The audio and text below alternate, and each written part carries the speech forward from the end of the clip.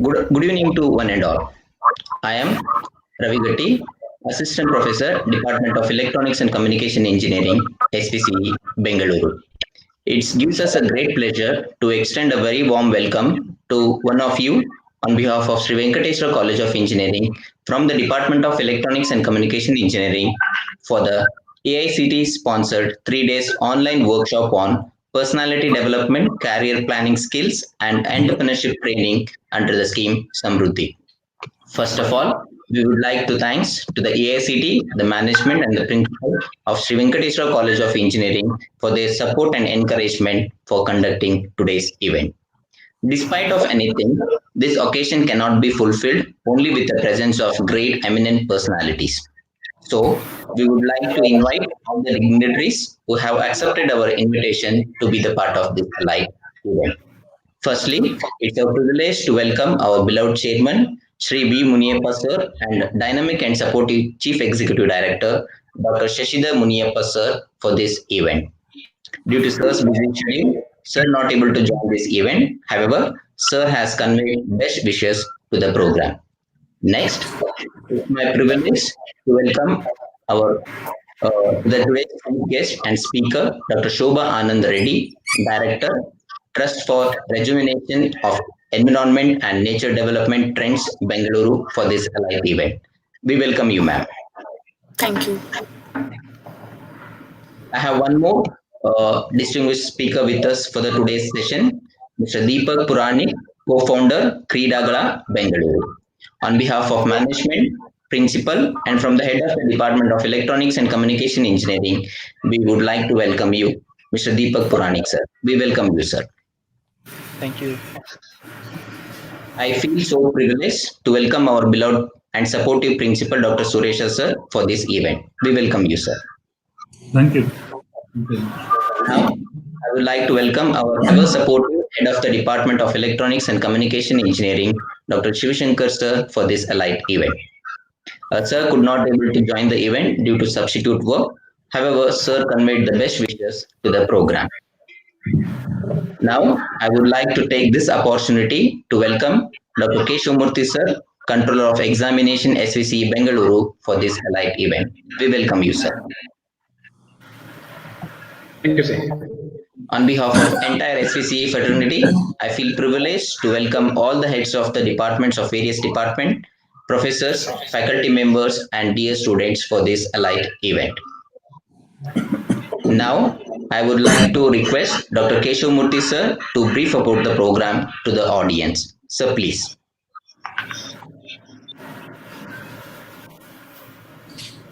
Yeah, so good afternoon, here.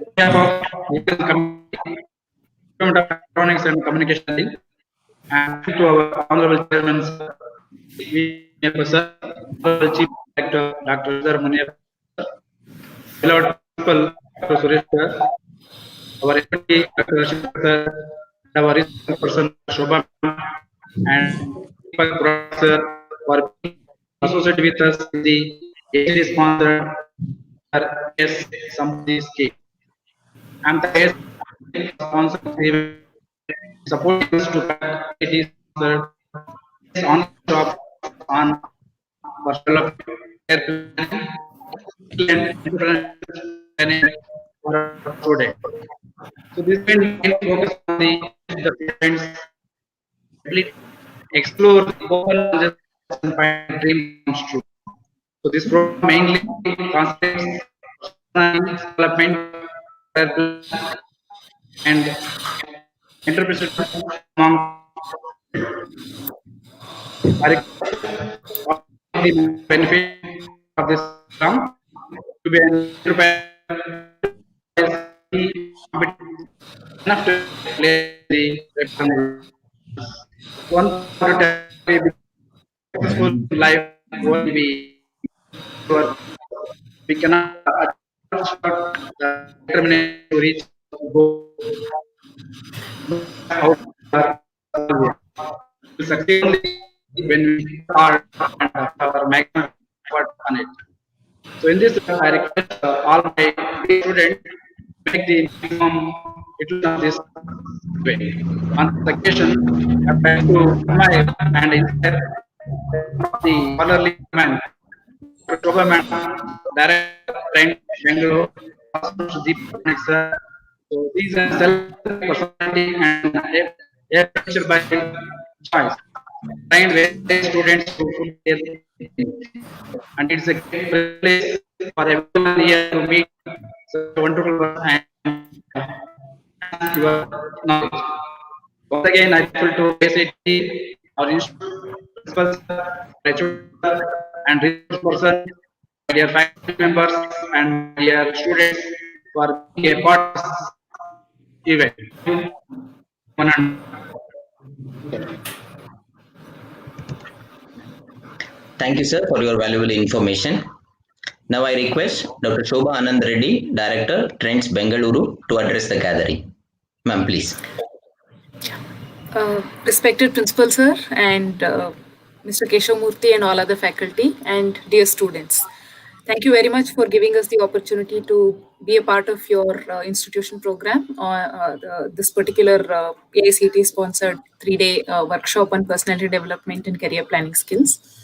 I'd like to just quote one statement, one quote, which says, no matter what job you take, your success is defined by 5% by your academic credentials, 15% by your experience, and 80% by your skills, life skills. Now, when I say life skills, these life skills are nothing but your interpersonal skills, your ability to lead people, your ability to interact with others at your workplace or even at your college, including what kind of thinking you develop, what kind of mindset you have. So this entire program on personality development or the workshop that is being planned is centered around these concepts of building these basic life skills in you all, which will help you at your workplace going forward. So we've structured this program as a 3-day program, today, tomorrow, and then Saturday. So today we will be having sessions from Deepak Puranik, who is a NLP trainer and a very well accomplished person when it comes to this kind of skills. He will be talking on mindset, own your mindset is one session. And he will also be doing another session on sell your skills, selling yourself. So that's another session that we will do tomorrow. And on the 3rd day, we will be doing a little bit on entrepreneurship, how you could take forward entrepreneurship and the current opportunities that you have when it comes to building yourselves and scaling up as entrepreneurs. And to give you a little bit of industry experience, we've also tried to bring in an expert or an industry person, Mr. Harish Lingaya, who is an EC expert, electronics and communication expert working for Qualcomm. And he's doing extremely well in his career, and he will be talking to you, interacting with you a little bit about his own career growth and also the challenges at workplace and current trends when it comes to electronics and communication subjects. So we hope the way we have structured or designed this particular program will be of immense value to you all. We have thought a lot before designing this particular program to make sure that it helps all of you all in planning your career ahead. I wish you all the best and happy to have you all in this journey of learning. And of course, we will not be able to have any kind of interaction, but you are welcome to post any of your queries or whatever on the chat box. We will try and take it forward. Thank you very much and best wishes to all of you. Thank you, ma'am, for briefing about the program schedule. Now, I request our beloved principal, Dr. Suresh sir, to address the participants. Sir, please. Good afternoon, everybody. Today's guests, Dr. Shobha Anand Reddy and Mr. Deepak Puranik, my colleague Keshavamurthy, faculty friends, and students. This is an AICTE sponsored 3 days program, and it's very much essential as far as today's need is concerned. That is personality development, career planning skill, and entrepreneur training. In fact, what Shobha Anand Reddy was telling, that character formation or characters are very important compared to qualifications or because these things will add weightage only at the entry level. So qualification is required only at the entry level. Once you want to sustain there in any environment or any atmosphere, whatever it is, it may be an industrial atmosphere or it may be an academic or whatever it is. Ultimately, what matters is character. How we can't say that obedience, sometimes in the academics that is required as a student, but in all other cases, your attitude matters a lot. How we are going to behave yourself and how we are going to behave with others, and as a team, what is your behavior, and as an individual, what will be your behavior, how best you can contribute in a team. All these things matters, especially in an industrial environment. So students should learn all these things, and learning is not enough. At the time, they have to adapt themselves all these things in their lives. That is very important. Apart from that, one more common thing is nowadays we say that everything is required. That is lifelong learning skills that should be there. And one more thing is urge to learn. So we should have that urge to learn throughout. So then only in anything, any atmosphere, whatever it is, any environment, we can survive. That's what always I believe. And there is no end for this. And there is no end for learning. So students should have these things in their mind and then start leading their life. I think that helps them a lot. So with this, again, I thank Dr. Shobha, Reddy, and Deepak Puranik for accepting our invitation and taking out their time to address our students. So wish you happy learning and thanks everybody. Thank you very much. Thank you, sir, for your valuable information. Now we are heading towards the session. So before that, I would like to thanks our beloved principal, sir, Dr. Suresha, sir, and head of the Department of ENC, Dr. Shivashankar, sir, and Keshavamurthy, sir, for being with us and gracing this event. Now, I would like to introduce Dr. Shobha Anand Reddy, Director, Trend, Bengaluru, to the participant with a brief profile. Dr. Shobha Anand Reddy obtained her PhD in Environmental Science, MA in Environmental Economics, MPhil in Environmental Biotechnology, MSc in Environmental Science, and BSc in Environmental Science, Chemistry, and Zoology. Madam holds several certification courses, which includes Monitoring and Adaptive Management, Ecosystem Service Valuation, a Step-by-Step Guide, Public Policy, Sustainable Cities, Karnataka State Eligibility for Lecture Assistant Professor, Environmental Science, Diploma Environmental Management, Environmental Consultant for Construction Projects, accredited given by QCI NABET. Dr. Shobha Anand Reddy is a skilled professional in teamwork, collaborations, team management, leadership, networking, analytical and reflective thinking, learning, agility, adaptability, and multitasking diverse interests. Her achievements and awards includes ECOL Awards for Women's Achievers for the year 2020, Friends of Tribal Society Karnataka, featured in the Logical Indian and the Better India, Environmental Scientist for the Scientist of the Year in the year 2013 from National Environmental Science Academy, first rank MSc in Environmental Science in the year 2002, late Sri N. Ramarao Endowment Gold Medal, honored with Sri Bhushan Penne Memorial Gold Medal. Madam has published 30 plus articles in international journals, peer-reviewed blogs and newspaper, and 60 plus technical reports.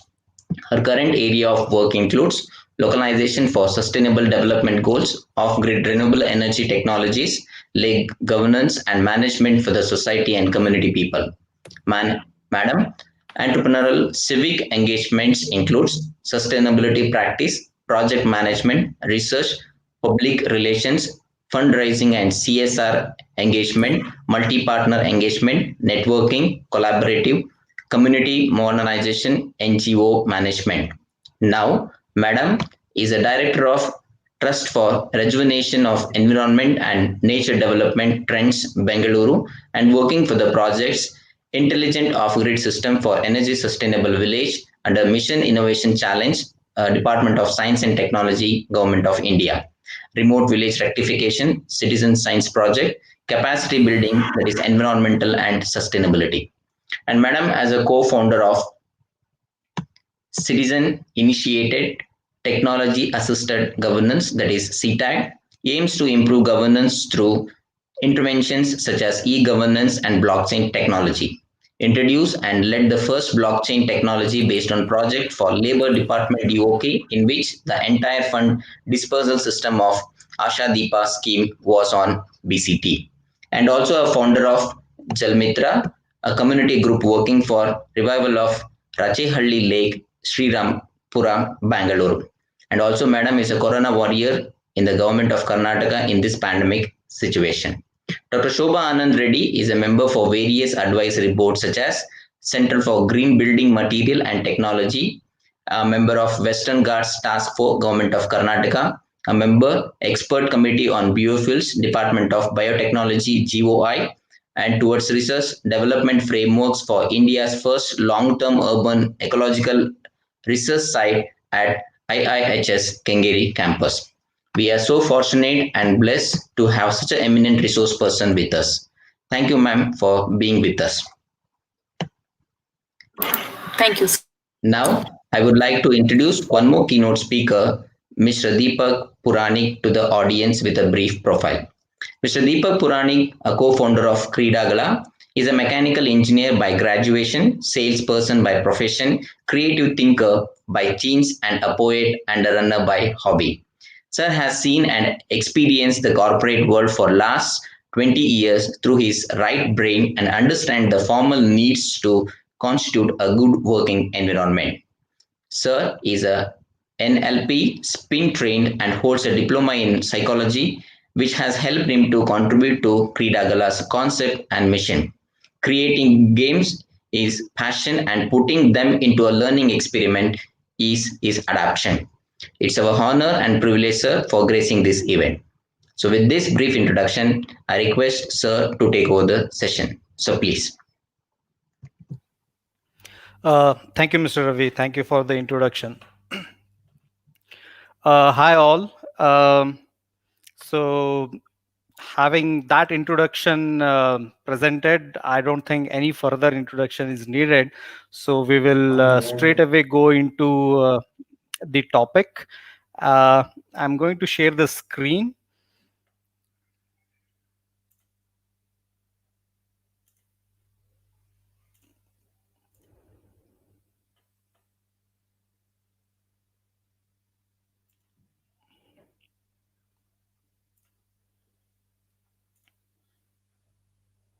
So Mr. Ravi, you have to confirm me if you are able to view my screen.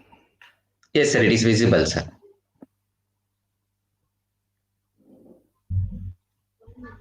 Yes, sir. It is Able visible. to see screen. You can share. Great. And I hope my audio is fine, not cracking.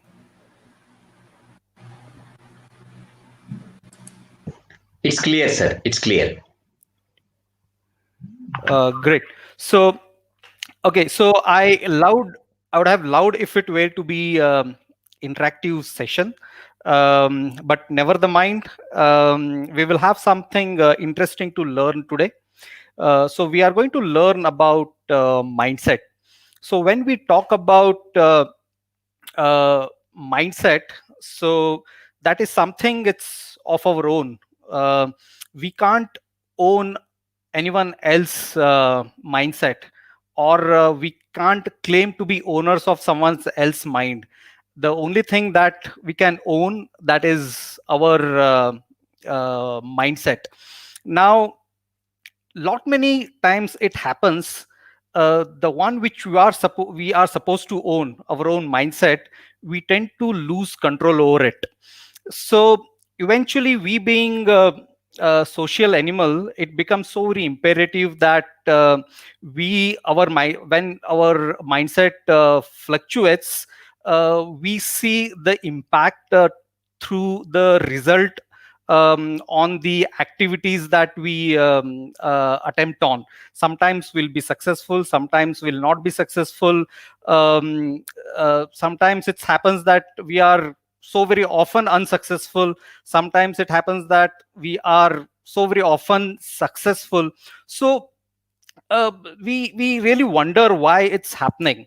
So there was a kind of a small research done by myself, and then I had to kind of read lot many material to understand what actually makes few people so very successful, and then few people who are able to kind of lead the kind of life they want to lead, and then kind of happiness and the exuberance they exhibit.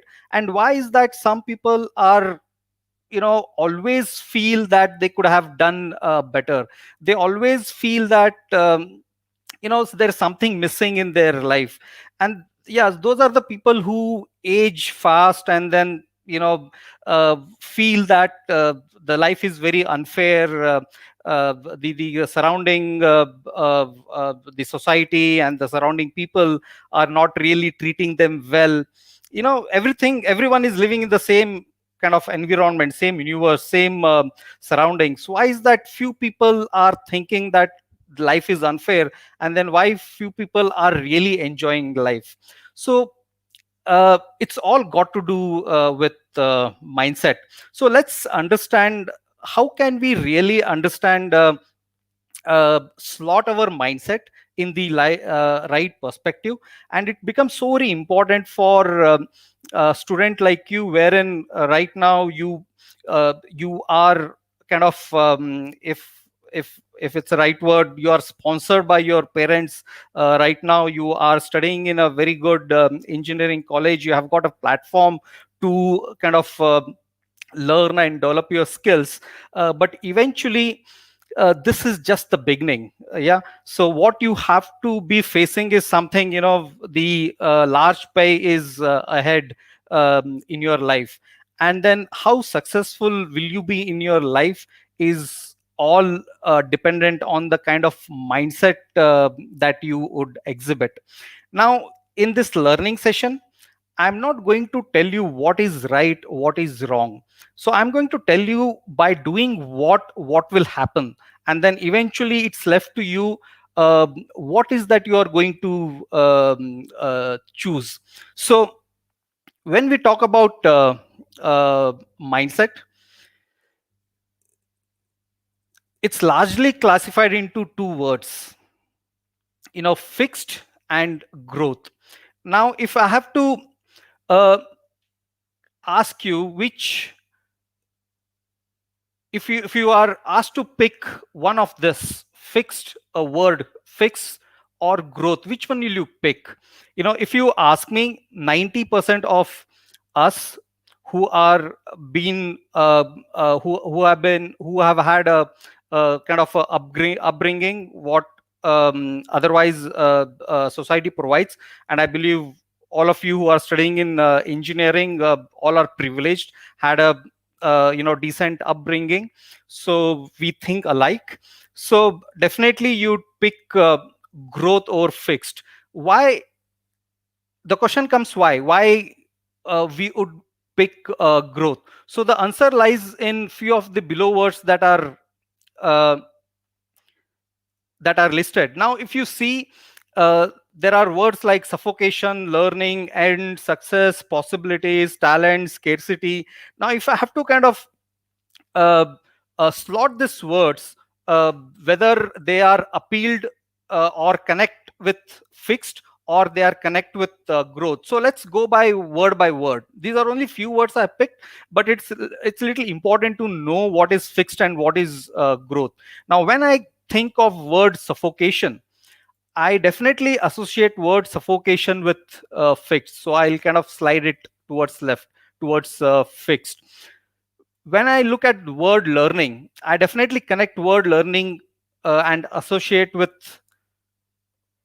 word growth. So when I look at word end, so that I associate with fixed. When I look at word generosity, I take it to growth. Success, I take it to growth. Possibilities, I take it to growth. Open, I take it to growth. Close, I take it to fixed. Mobility, I take it to growth. Scarcity, I take it to fixed. talent. So this is something important. This is something important. There could be a confusion where talent lies. Yeah. So we would learn more about classifying such confusing words and confusing aspects, and will bring in a perspective. So right now, I will take talent to the fixed. So this is how, we as general normal human being, can associate the things around us to something called fixed and growth. Now attach mindset to both these words, fixed mindset and growth mindset.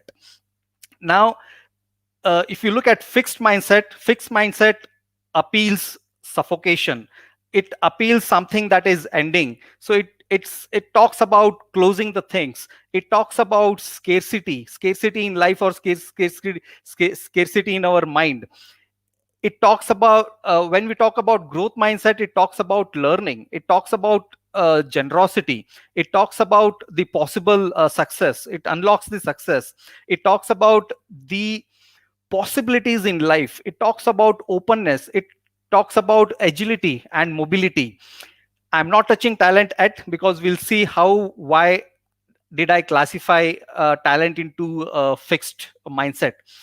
I'm not giving you a definition of fixed mindset. I understand all of you are kind of, while learning engineering, learned so many definitions. But believe me, in real life doesn't work with definition. I hate to feel and see that there is anything fixed, anything defined in the word. I'm not connecting to the engineering word of life, but I'm connecting to the behavioral science of the life that we lead. There is nothing that is defined. And even when we talk about fixed mindset and growth mindset, doesn't mean that they are kind of have a bifurcation all the time. It's completely dependent on the situation. The same behavior that we may exhibit may sound in particular situation as a fixed mindset, and in the other situation it may sound like it's a growth mindset.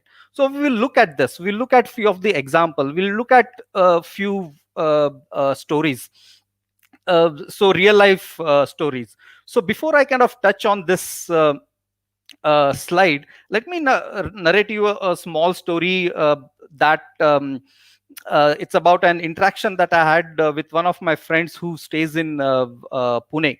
Now, one morning she called me and she was like, I'm completely stressed out. I'm completely kind of confused of what to do in my life. Last few days have been pretty bad.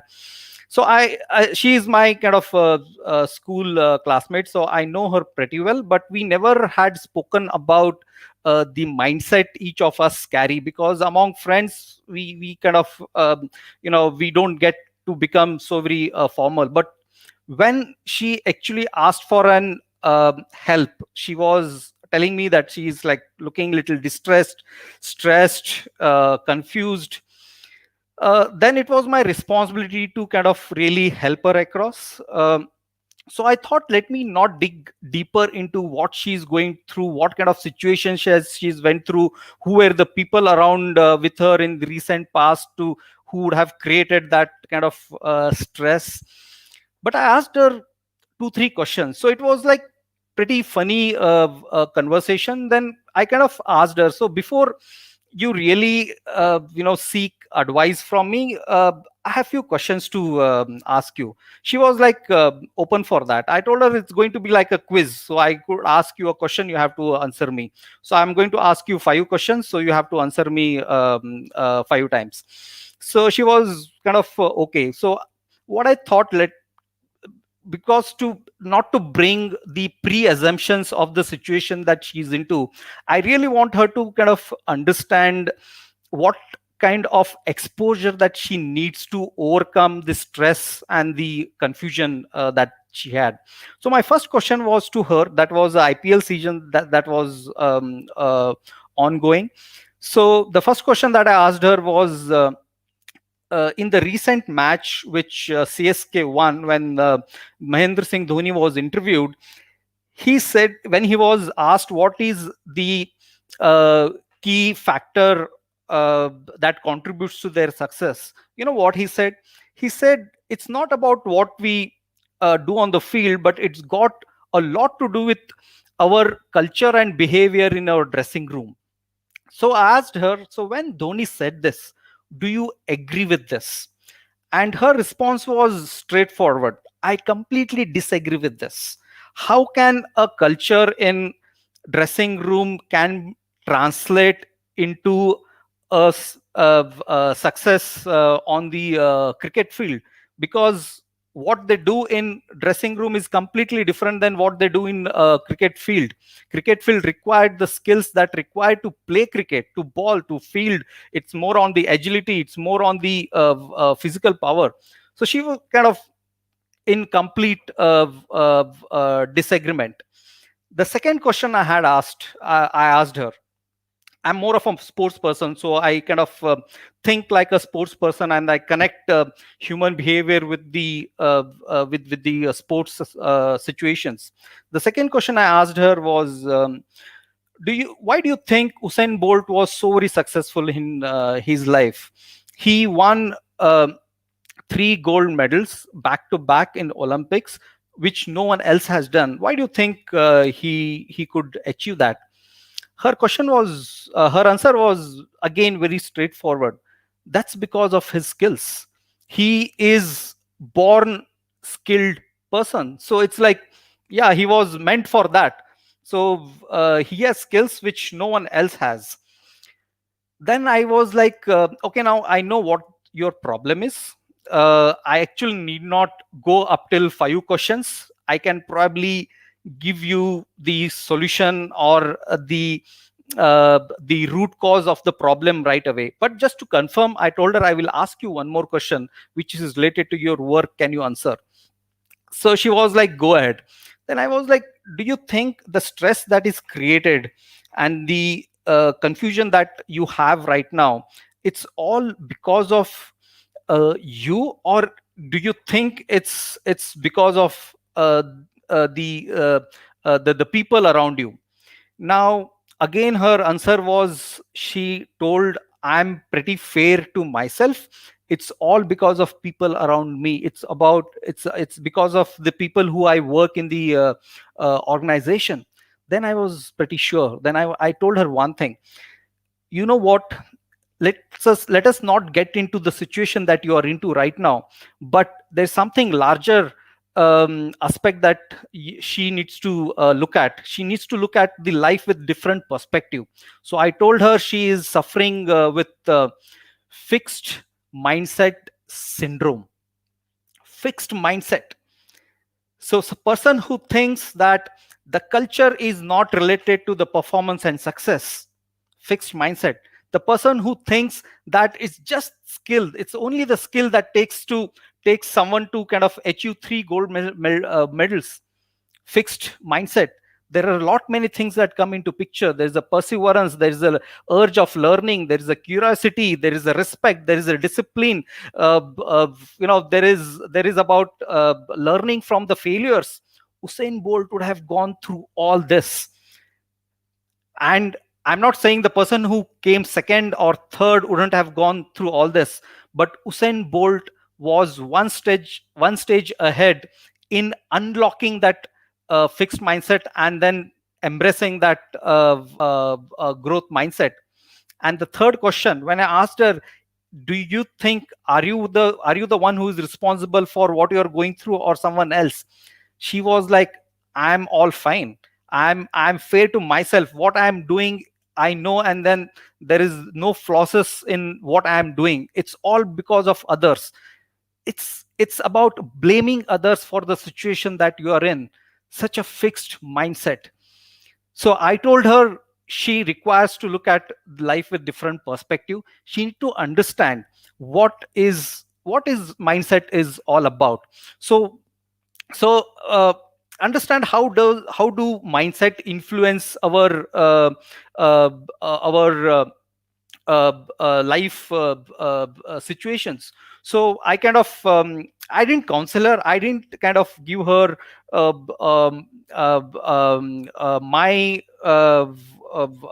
my piece of knowledge. But I did guided her to someone, because I happen to be the classmate. I'm sure when classmates get into the formal discussions, probably they would be perceived not the way they need to be. So, again, that's the growth mindset that exhibited. I understand. So I could have done it much better. But looking at the relation that I share with my friends, so I kind of acted like a situational leader, and then told Deepak her sir, to have herself counseled for someone else. And sorry to interrupt. yes. Can you just enable your video, sir? It is not enabled. Oh, is it? Sorry. Yes. Yeah.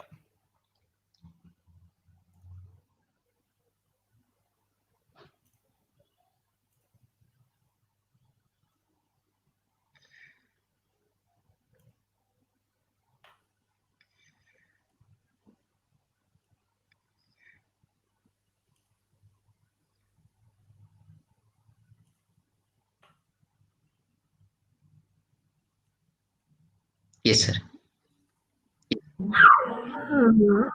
You can hide also, Yep. sir, that one box which is visible. Hello. Yeah, I have ticked that about Not audio, audio right? one, this one small pop-up, it has appeared, sir. Regarding the sharing, you can view it, stop sharing, and Mhm. side by it is hide. You can just hide it.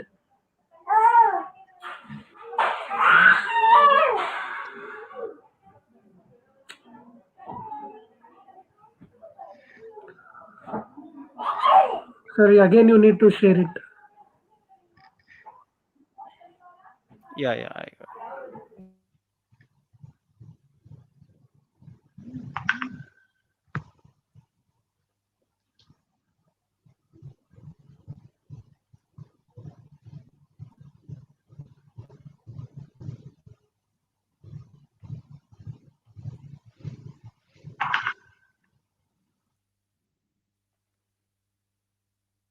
Yeah. Are you able to see the screen now? Yes, sir.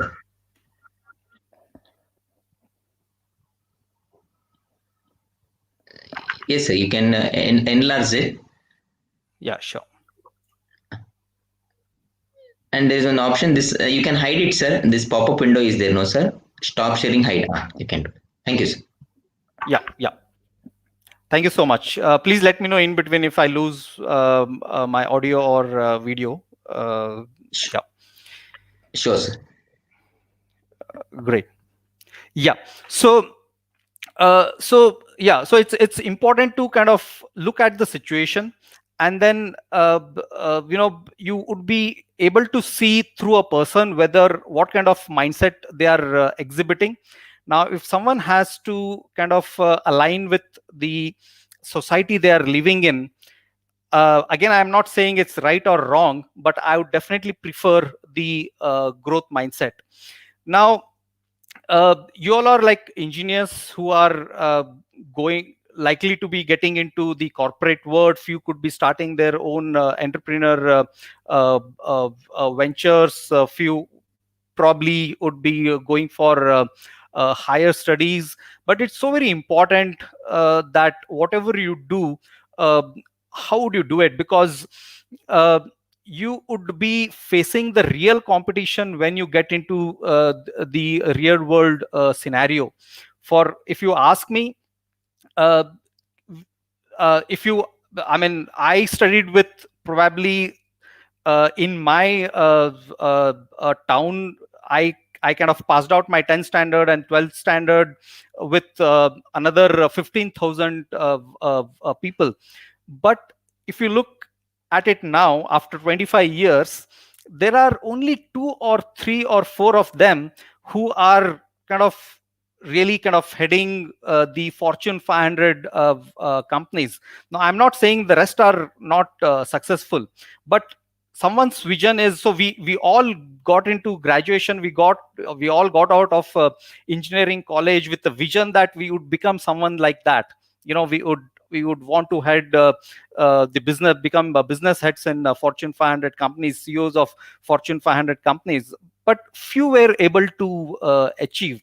So when we kind of map, what was the difference between those few people who really made difference to their life, and then kind of had a path that they wanted to follow, and did achieve it, and then few of us who did not. Then there comes the thinking process, and that thinking process is mindset. And then we talk about mindset, it's all about fixed mindset and growth mindset. Now on the screen, you'd see few names, and then few names of few clubs. On the left hand side, you'd see Vinod Kamli and RCB. On the right hand side, you'd see the names such as Usain Bolt, Sachin Tendulkar, CSK, AR Rahman. So what is common in Vinod Kamli and RCB, and what is common in Usain Bolt, Sachin Tendulkar, Chennai Super Kings, and AR Rahman? It's all about mindset. The mindset that you exhibit as a person, or mindset that you exhibit as a team. Vinod Kamli, equally skilled, equally talented as Sachin Tendulkar. Not too sure if you guys have heard about Vinod Kamli. He was the one who started career with Sachin Tendulkar. They studied in the same school. In fact, when they got into Indian team, almost together. And then if you look at their school cricket scores, Vinod Kamli was ahead of Sachin Tendulkar. So everyone thought Vinod Kamli would be much better cricket player than Sachin Tendulkar. But the fact was different. Vinod Kamli could not even sustain an Indian cricket team for more than 5 years. Whereas you see where Tendulkar has reached, he has actually reached the pinnacle of his career and then retired. All got to do with mindset. The mindset of being humble, mindset of learning from the failures, mindset of accepting that yes, there can be someone better than me, mindset of the following the discipline, mindset of learning, mindset of thinking that I can be better. So these are the mindset that is exhibited by people like Usain Bolt, Sachin Tendulkar, AR Rahman. When AR Rahman came into Indian film industry, I remember few of that time current music directors making very derogatory remarks about AR Rahman. They kind of called him as kid, and then he will not sustain in the industry.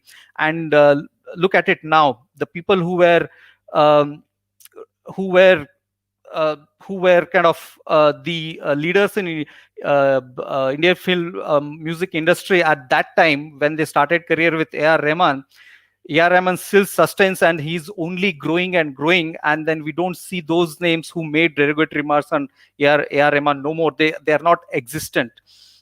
So that's got to do with the ever learning attitude. It's got to do with the mindset of experimenting with new things. It's got to do with diversifying their thought process. So that's about growth mindset. Now, if you can probably ask me why RCB is into fixed mindset. So though I'm a personal fan of Royal Challengers Bangalore, but it was very disappointing to see the way they have performed last 12 years in IPL. Now, as a team, as an individual, they all could be great players, and they have become great players with the growth mindset that they would have exhibited in their lifetimes. But when they become play as a team, I grossly see the growth mindset is missing.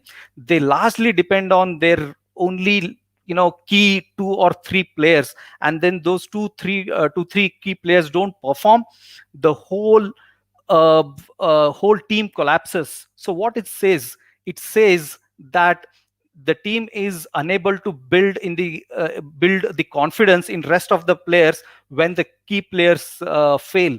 Fixed mindset. The rest of the players think that, okay, when Kohli failed or when De Villiers failed, how can we succeed?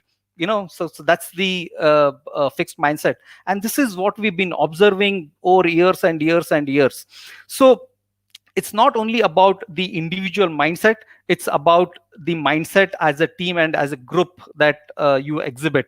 And believe me, when we are part of the team, you start exhibiting growth mindset, believe me, that becomes contagious. People would start exhibiting, they would look at you, and then kind of that becomes kind of a culture in the group or the society that you'd be staying.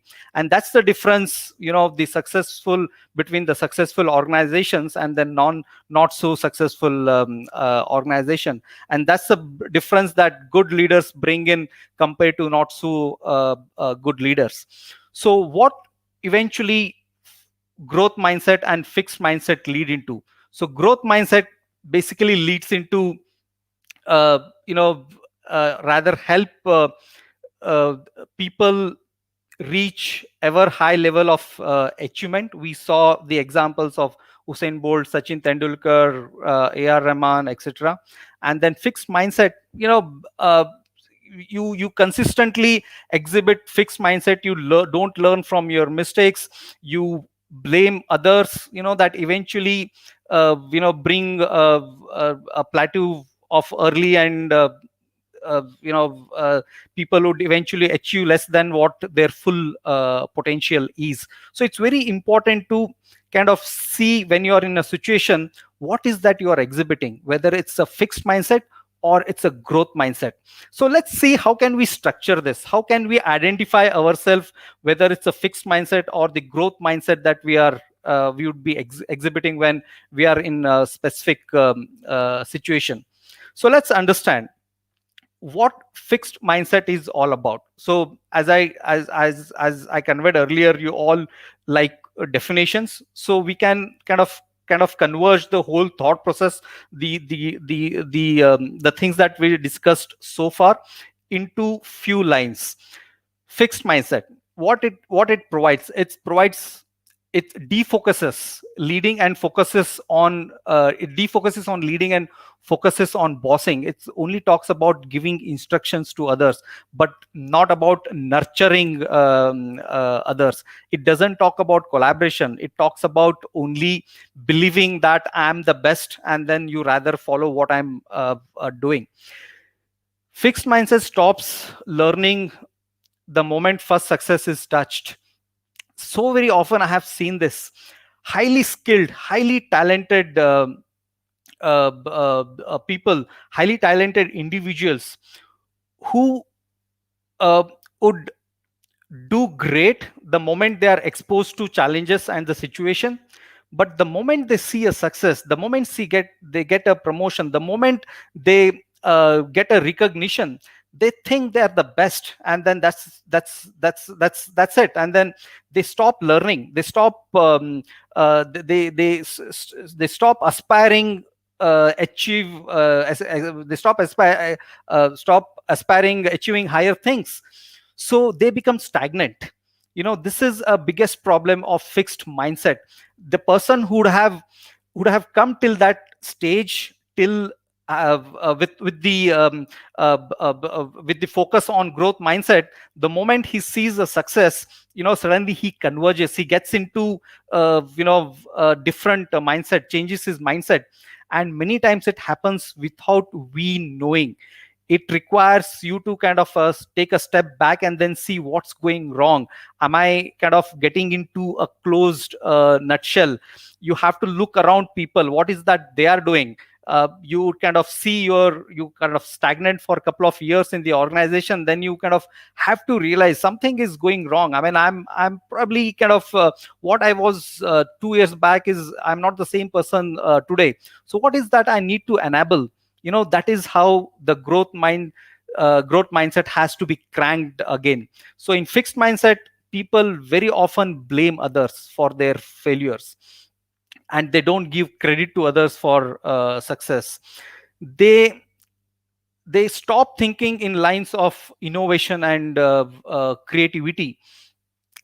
they don't believe in innovation, they don't believe in creativity, and neither they provide a conducive environment for innovation and creativity. They think whatever is there, it's there. They think whatever has been happening for last 5 years or 10 years or 15 years, the way it has to be. So they don't look at the situation from different perspective. And very important, they devalue growth and development, and they value only talent and intelligence. See, this is the reason why I put talent into fixed mindset.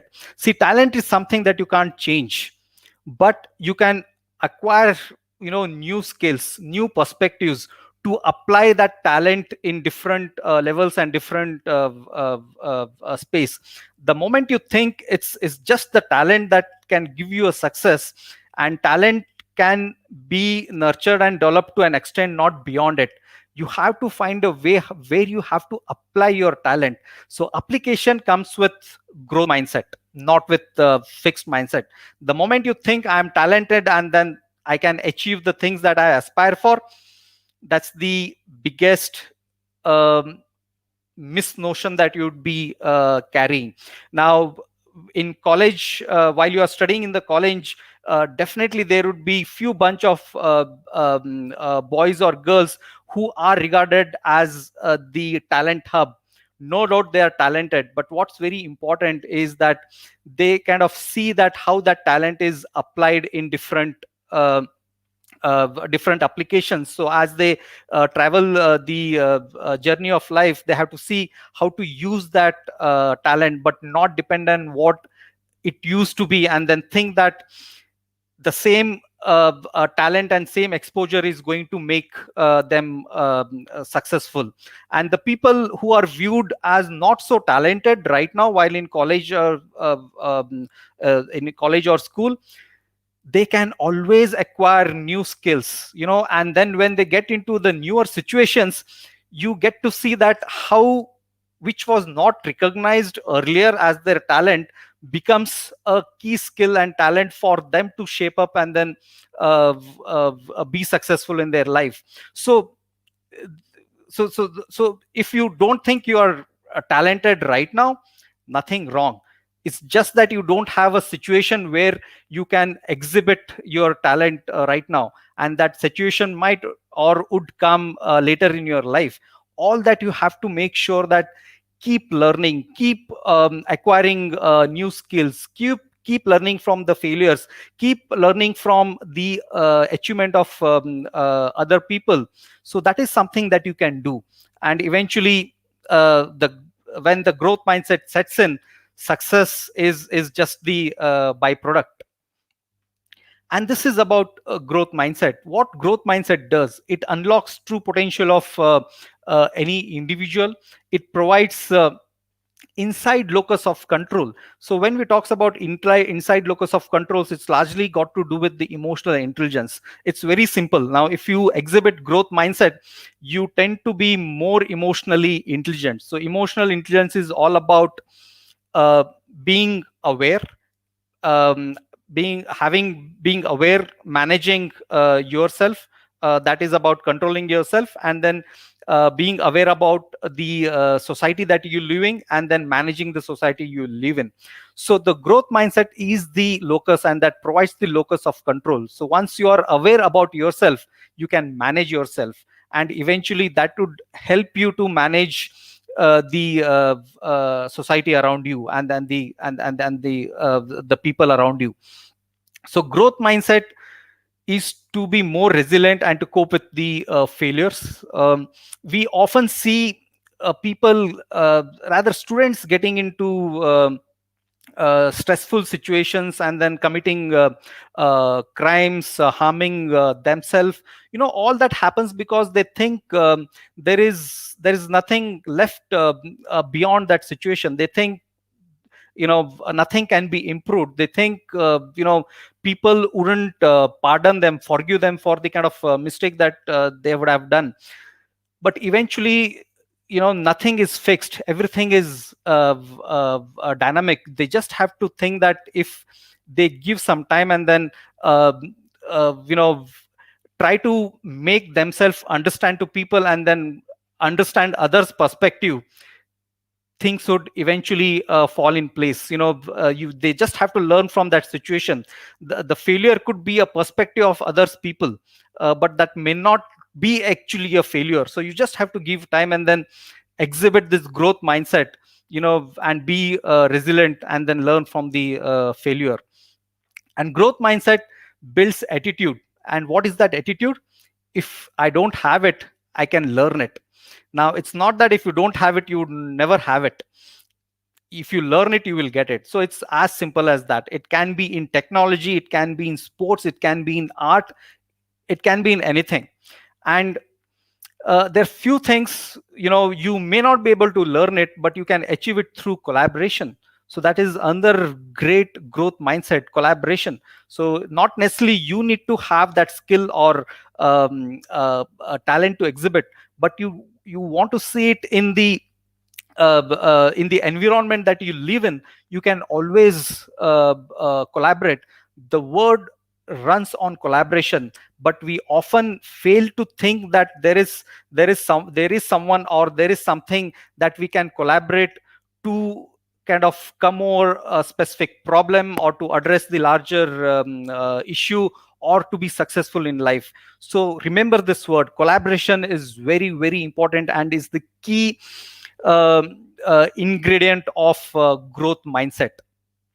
And last but not least, growth mindset says that talents and intelligence can be cultivated through efforts. You don't have it, no problem. You can always cultivate it. And what those efforts could be anything. It could be about taking up a course. It could be about hiring a coach. It could be about enrolling yourself to a gymnasium. It could be about reading a book. It could be about talking to someone. It could be about taking a decision to travel and then explore the world. It can be anything. But you need to have this in your mind that yes, if I don't have it, I can acquire it. I can cultivate it through effort. The first step that growth mindset helps you know is you have to put efforts. You have to put efforts. So once you put efforts, things would fall in place. Now, if you're still not clear what growth mindset and then what fixed mindset is about, then I have kind of given you few of the qualities, and then kind of shown on this slide how would people with fixed mindset exhibit these specific qualities, and how would people with growth mindset exhibit specific qualities. Now, if you look at the quality creativity, the people with fixed mindset don't believe in alternate solution. They don't believe in creating new things. They think what they know and what they have been taught is the thing. There cannot be a new thing that can be created. But growth mindset, they believe in creating new solution. They will have new perspective. They will have different perspective. They will have new approach to a problem, to a life, to the situation. So they always tend to be different, and those are the people who make difference to the society. Optimism.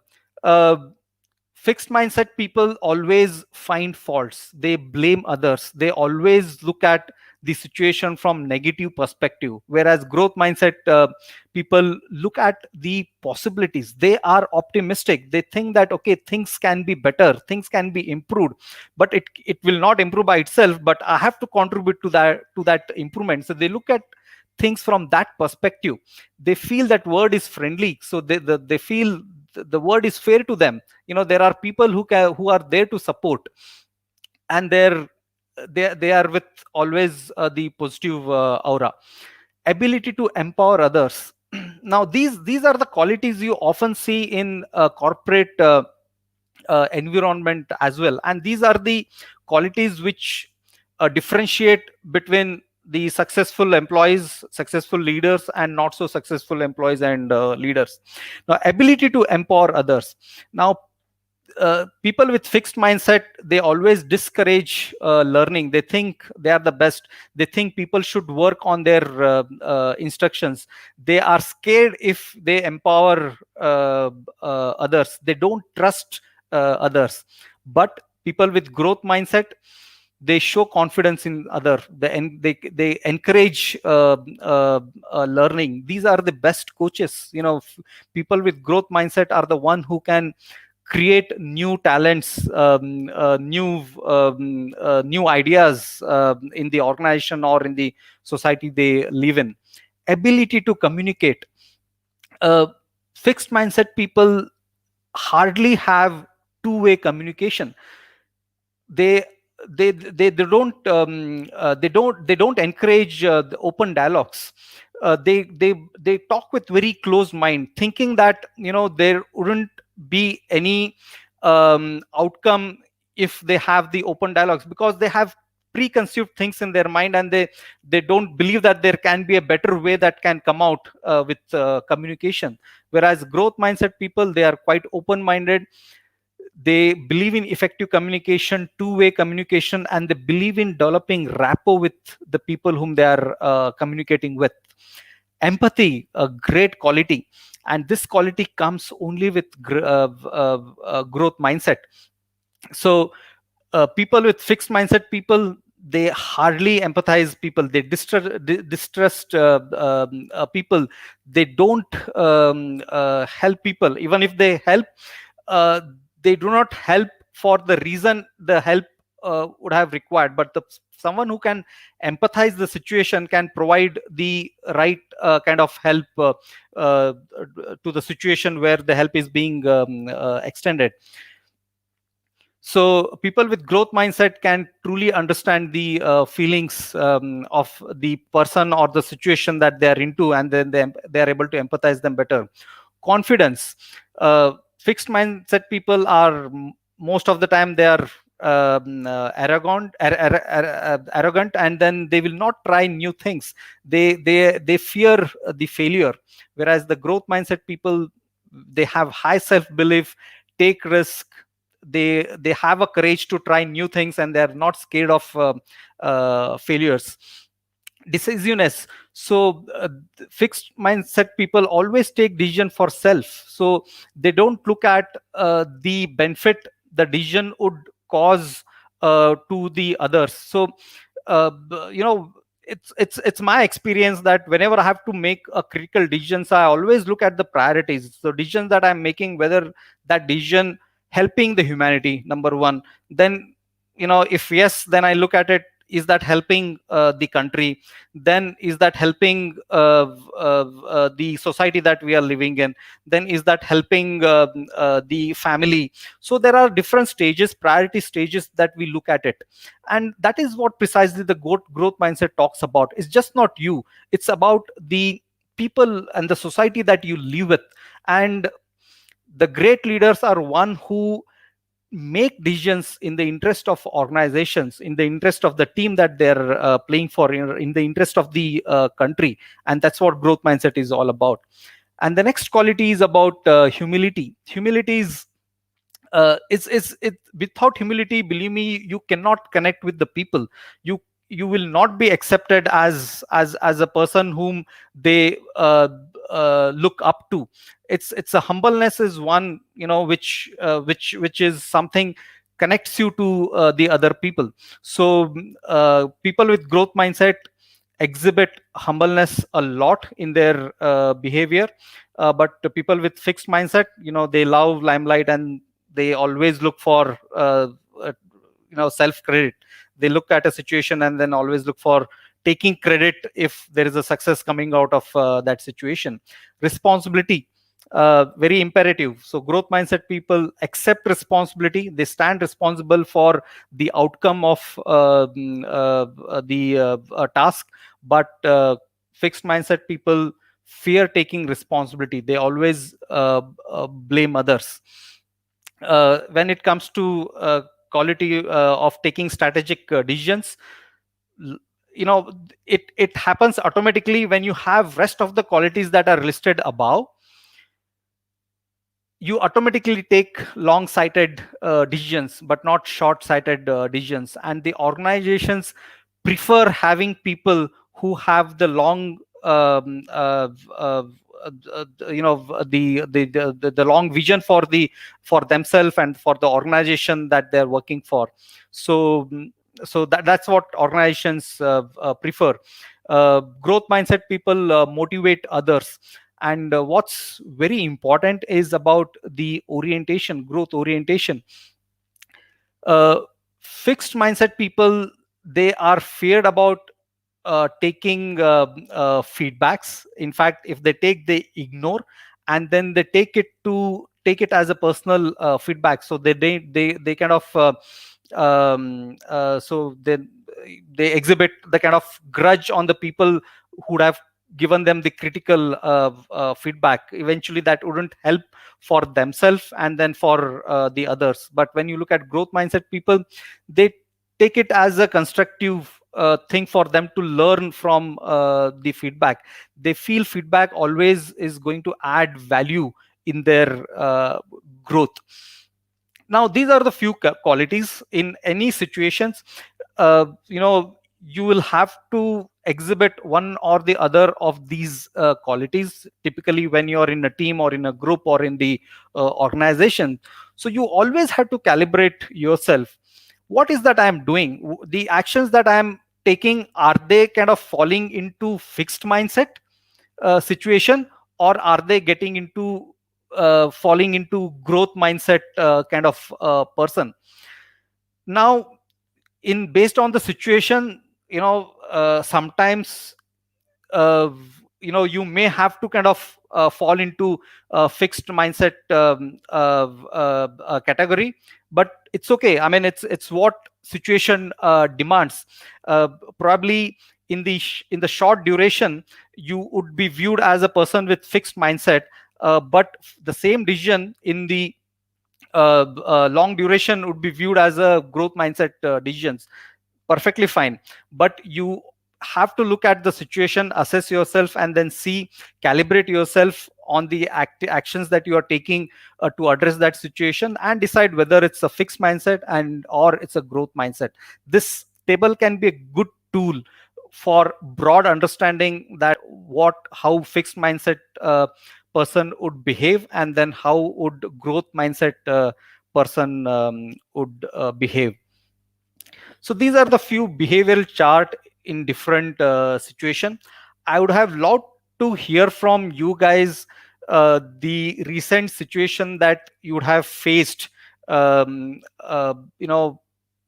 such behavioral times, when you were challenged with something, when you were in a project and then there were the obstacles, when you have to take extra efforts, when you were facing the criticism, and then you see that you were not so very successful, or rather you were not viewed as much successful, but the others were viewed be more successful.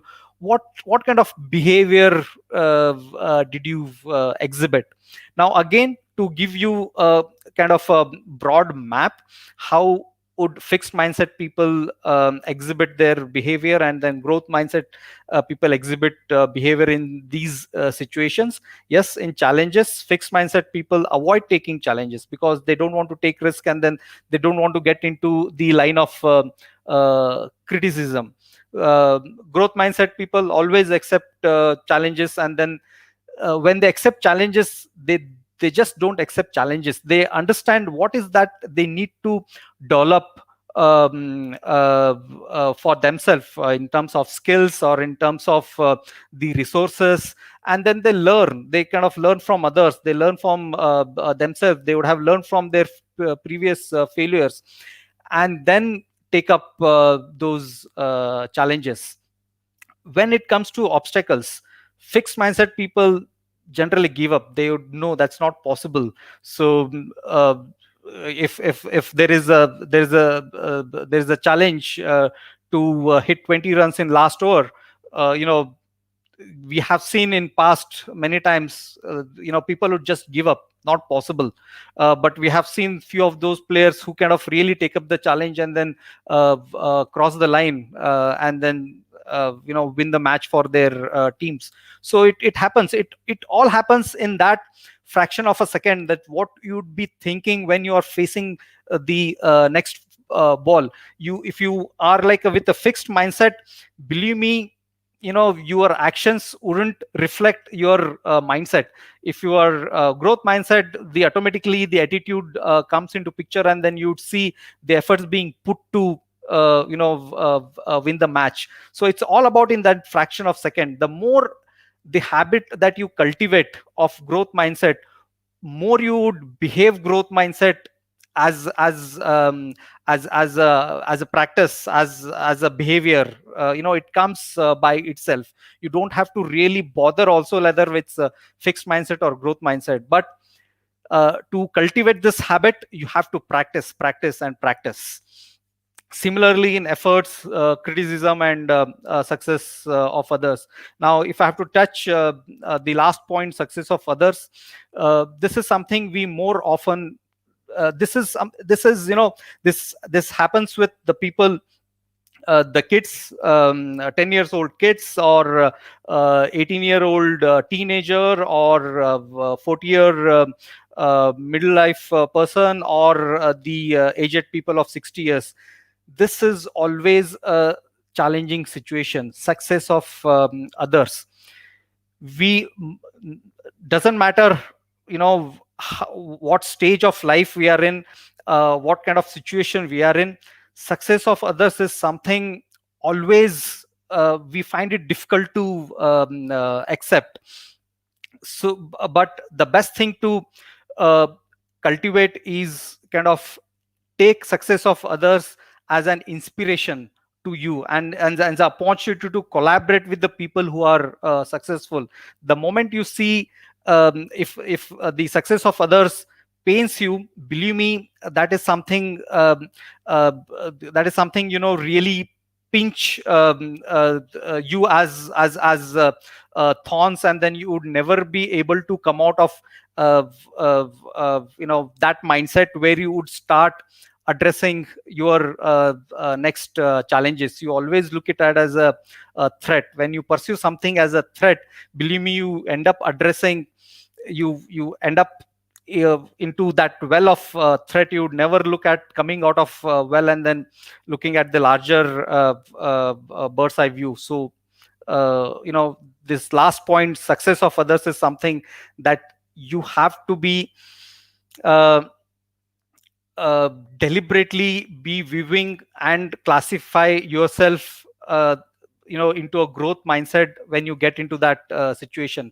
Whenever you see success of others, yeah, we always applaud, we wish them, but always also look at it from the perspective that how that can inspire you, aspire you, and then how can think of the venues where you can collaborate with them. So initially, I was telling a story how my friend was stressed in the through the situation that she faced in the organization. So and then I tried to address her through the concept of mindset. Now, when we talk about stress, there are many ways how people talk about ways and methods how stress can be addressed. This is one of the way, and then I feel this is the strongest way. It takes time, but this gives a kind of a permanent way of dealing with the stress, and this is all about in our own mind. So if we exhibit fixed mindset that only develop the dislike to other people, that develop limitation to the opportunities, that makes us think, that doesn't gives us the wider perspectives, that will only make us distrust people, that will make us only expect the perfectionism from others, and their perfectionism could be different than the thought of perfectionism that we might be having. So this develops all these negative builds negative aspects around our life, and eventually these negative aspects would offer larger challenges to the situations that we would be in. It offers challenges, obstacles, it requires a lot of effort to overcome it. It kind of brings in a lot of criticism, builds undue expectations, and when all these are built, eventually result into anxiety, and then anxiety is nothing but the stress. The moment we unlock our mindset, and then we see and kind of evolve ourselves from fixed mindset to growth mindset, believe me, these all get eliminated one by one. So when these get eliminated, your challenges would reduce, obstacles would reduce, the efforts taken would be lesser, criticism you look at as a opportunity to grow, you would have the fair expectations from the people and the surrounding words, and eventually that results into lesser anxiety or no anxiety, and then the worst stress would vanish. So yeah, so this is something you have to kind of deliberately look at, consciously look at, and then map yourself, whether the stress that you're facing, or you think there is a challenge, then you don't have a solution right now. Take a step back and then think, so how can you think differently and approach the problem differently? I'm sure you would get a solution. And then look at the previous tabulation maps. So are these qualities am I exhibiting, and are these situations I'm into? And then if I have to be in fixed mindset, am I into fixed mindset? Look at that list. And if you have to be in growth mindset, what are those things that I need to follow? So this comes with practice, and I really urge you to do that. So something very important, no one is 100% either on fixed mindset or growth mindset. And again, nothing is right, nothing is wrong. It's only if you cultivate growth mindset that will only help you enable achievement in your life more often. Fixed mindset is something that repels you from others. It kind of people would kind of try to keep distance from you. People don't trust you. People don't take you in confidence, and eventually that builds in the other repercussions.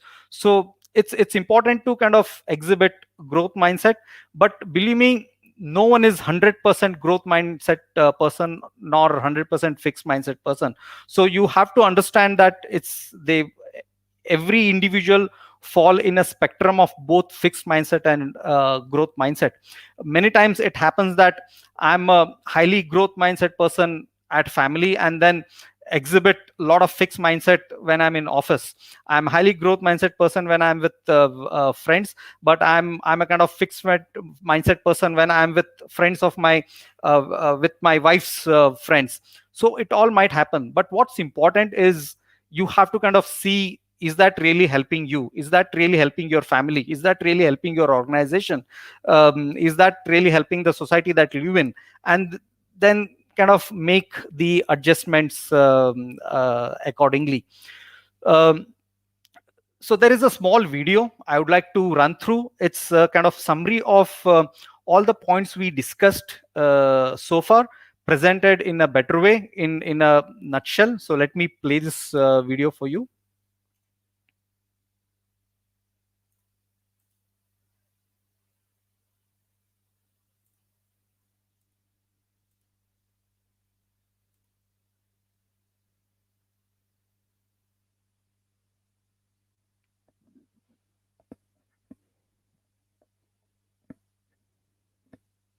There are two types of mindset we can cultivate. One that embraces problems as opportunities to learn, and one that avoids them, often out of fear to fail. People that avoid conflicts can be described as having a fixed mindset. Mr. Ravi, can you confirm me if there is audio for video, the video that I'm playing? Those who see problems Yes, as sir. It is interesting visible, sir. challenges We have a can, growth. the audio also is enabled, sir. Okay, thank you so much. Mindset. Sometimes we like to switch from one to the other. People have a fixed mindset because they believe that basic qualities like intelligence or talents are fixed traits and that these traits are responsible for success. They often like to document past achievements. With a growth mindset, people believe that new abilities can be developed through practice. This view creates the love for learning that most great leaders and artists have in common. For them, life becomes an exciting journey with endless opportunity to figure out new things and advance. To develop a growth mindset, Dr. Carol Dweck, the Stanford University professor who coined the term, advises leaders, teachers, and parents to celebrate trying. Teachers should applaud students for any grade if they studied hard. Parents should encourage their children to develop any new skill they are interested in. Doing this will make them learn the skill of learning, which will also help them back in the classroom. To illustrate the difference in everyday life, let's observe two imaginary kids. Jay thinks you've either got it or you haven't. Anne knows that she can learn anything if she wants it enough. At physical exercise, Jay avoids challenges. When it's time to jump over the vaulting horse, he's afraid to look stupid and be laughed at. Anne embraces any challenge. It's exciting. It's fun. She knows that failing is part of learning, and if she tries hard, at the end, nobody will laugh at her. Jay avoids feedback. If the teacher tells him how to improve an assignment he has been working on, he takes it personally. Anne knows that to improve, she needs to listen to constructive criticism. She also understands that it's not her that is being assessed, but the results of her work on that one day. Jay always takes the easy road. For example, he likes escalators and hates to take the stairs. When he is practicing the guitar, he stops the moment he's getting stuck. Anne usually doesn't even take escalators. She jumps up the stairs, counts every step in her head, and enjoys feeling the blood rushing through her veins. She practices the drums every morning for 15 minutes. Not that she always enjoys it, but she knows that effort is part of a journey to a more fun life. Anne likes to see others succeed. It inspires her. She knows that if she motivates her friends to get better, she herself is likely to grow too. If his friends try new things and succeed, Jay feels threatened. He's afraid that their success will put pressure on him to do more with his life too. Modern companies look for employees with a growth mindset because they solve problems and persist despite obstacles. To spot the right ones, some ask during the interview whether the job applicant believes if managers are born or if management is a skill learned. Jay thinks that managers are born. Anne gets the job. Neuroscientists support the idea. They confirm that the brain grows like any other muscle in the body, with training. Studies show that adopted twins tend to have higher intelligence compared to their siblings who stayed with their biological parents. The difference appears to come from the higher educational levels of adoptive parents and shows that nurture is more important than nature. A simple switch in how a person views a situation can mean the world of difference. Not just the outcome of that situation, the outcome of that person's place in life. As the late poet Samuel Beckett once said, "Ever tried? Ever failed? No matter. Try again. Fail better." What do you think about the concept? Is it overly simplistic? And if you buy the idea, do you believe it is possible to make a permanent switch from a fixed to a growth mindset? Please share your thoughts in the comment section below.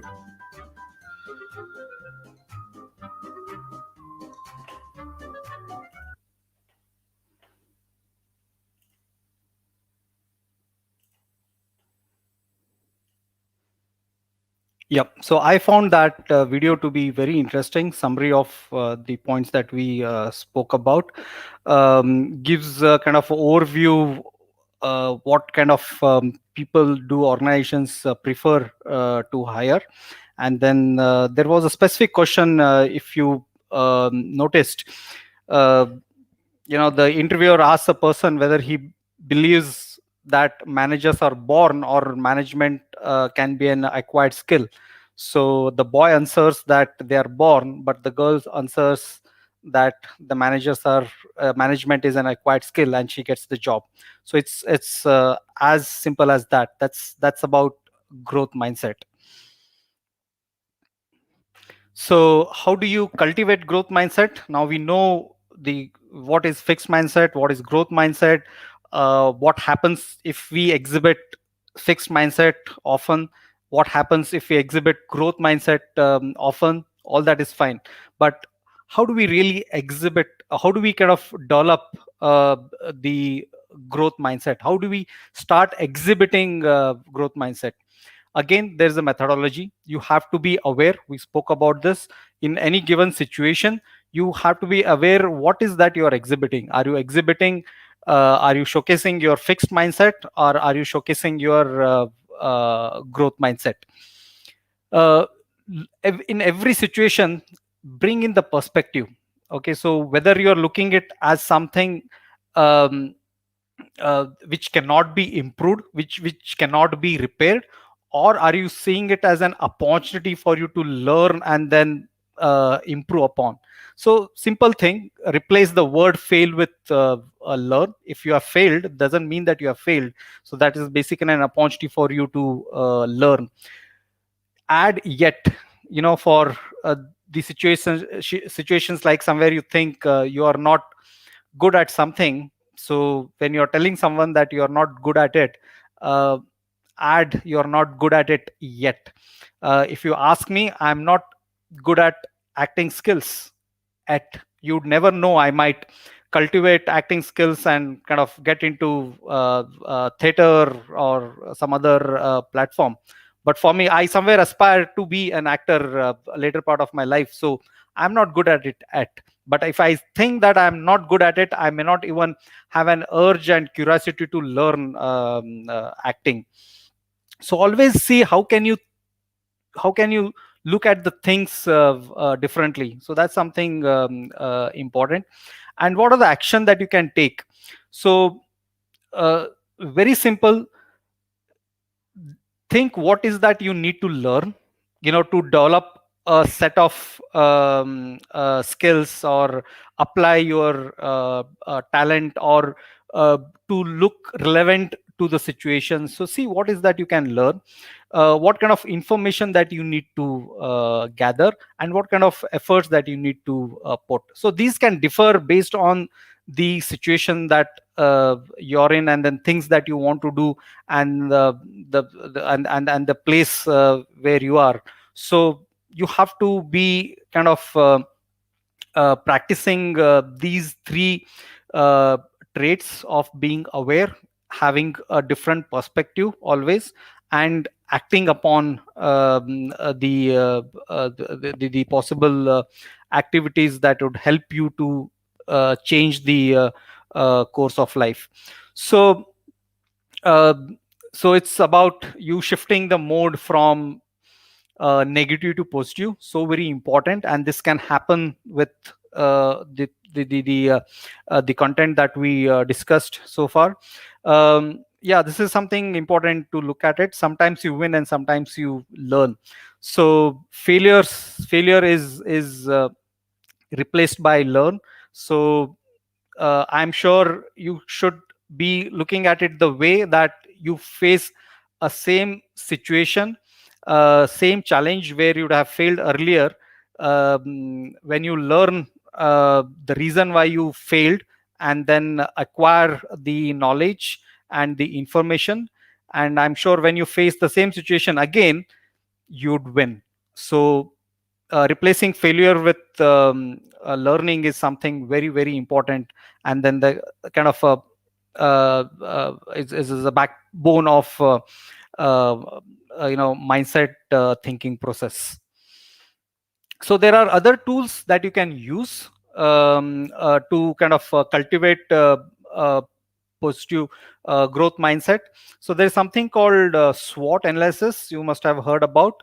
So SWOT is nothing but mapping one's strength, weakness, opportunity, and threats. So you can list down your strengths, your weaknesses, and the opportunities that these strength and weaknesses bring in, and then the possible threats that strength and weaknesses bring in.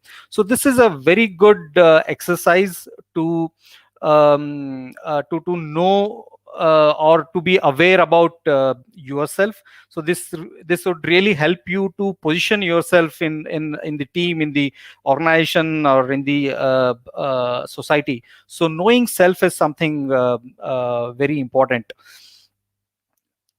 So this is a kind of a sample SWOT map. So these can be few of the points that you can for yourself you can map it, and then and this is very dynamic. I mean, this will keep on changing. So the strengths you can add on, the weaknesses you can convert those weaknesses into strengths. So probably after a couple of weeks or couple of years, those become your strength. So this chart would be very dynamic. It will keep on improving. So the opportunity that you may see now in the current situation may not be an opportunity, say, after 3 months. So it's dynamic, but it's very important that you stay relevant in the society that you live in, and in the times that you live in. So this kind of chart would help a lot. And next is, there is something called Johari window. This is again the personality mapping tool for an individual. It's again to develop the self-awareness. There is something called Johari window. It's a kind of a tool developed by two psychologists called John and Harry. So that's why it's called Johari.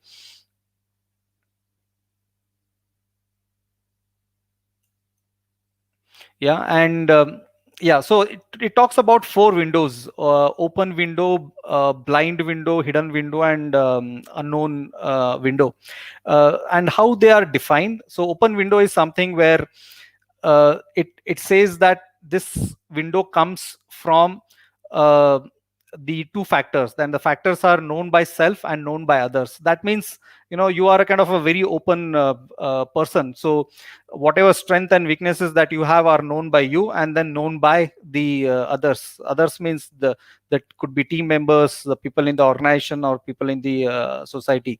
The blind window says it's the window that comes from the factors that it's unknown by self and known by others. So what it means that others know you more than yourself. So that means if your dominant personality falls under this window, you are dominated by others, because others know you better than yourself. You are not aware about your strength and weaknesses, but others know your strength and weaknesses.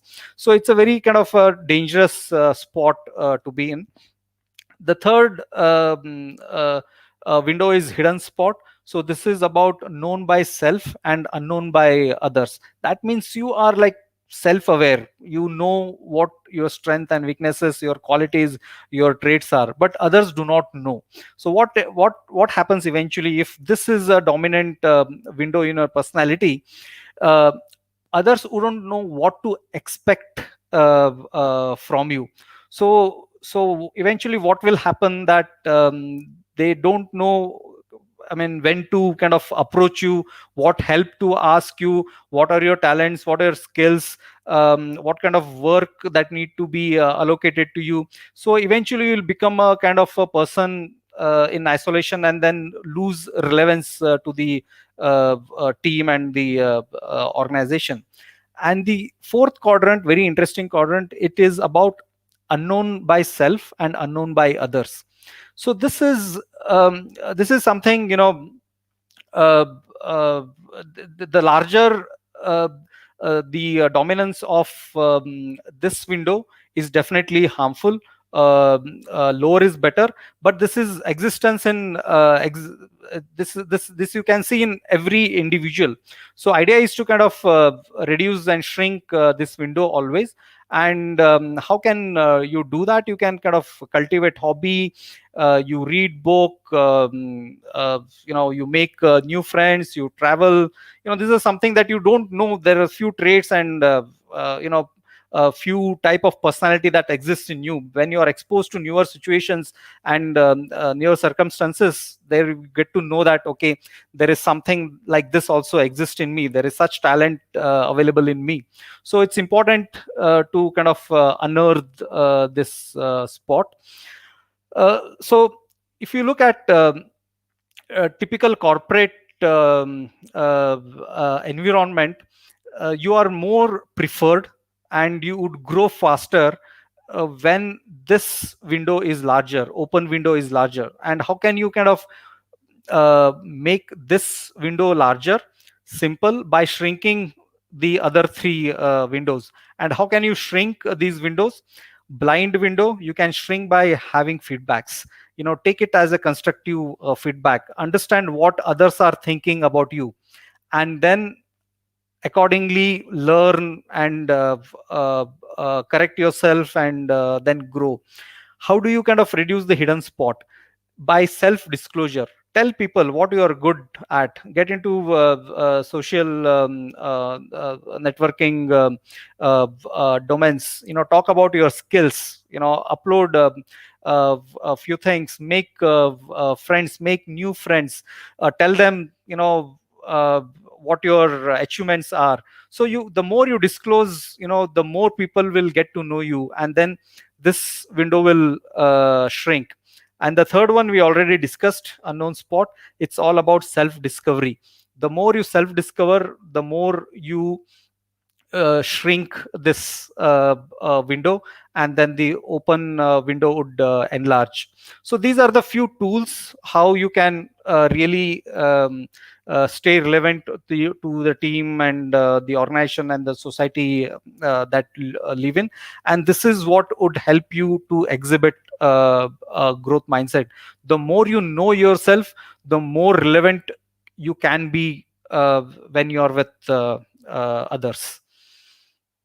Right. So we have precisely 15 minutes now. So there's we will talk about service mindset.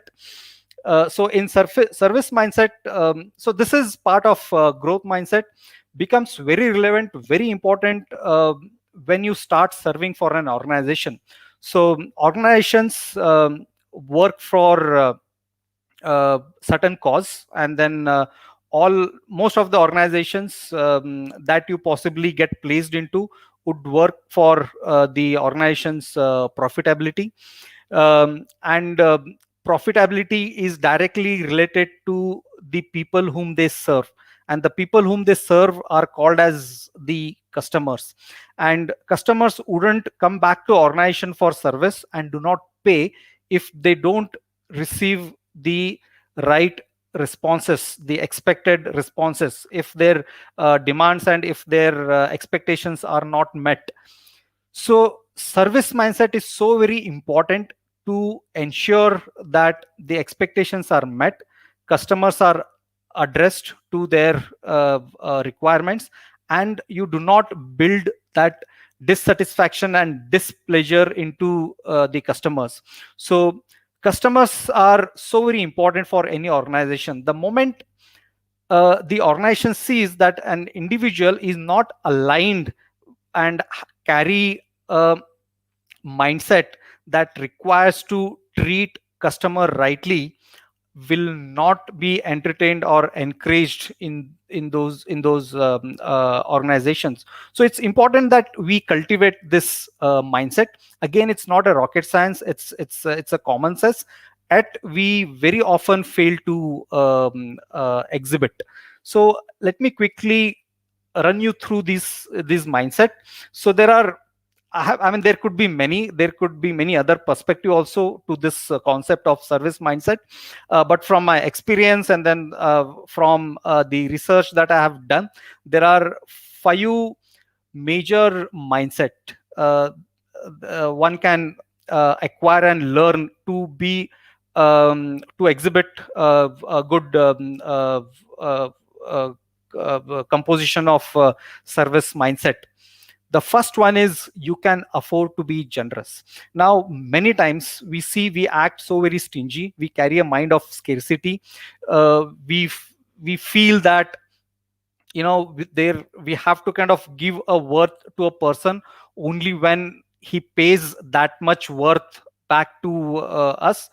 All fine, all fine in the books, but as a person, uh, do you really want to be that transactional? Believe me, that might work once or twice, may not work third time. So I'll kind of give you a couple of examples. So one of the story I want to kind of narrate you. So when I started my own company, Kreedagala, so I did not have a office or a office space to work from. So I decided that, and I never liked working from home. So I decided that I should go to some cafe coffee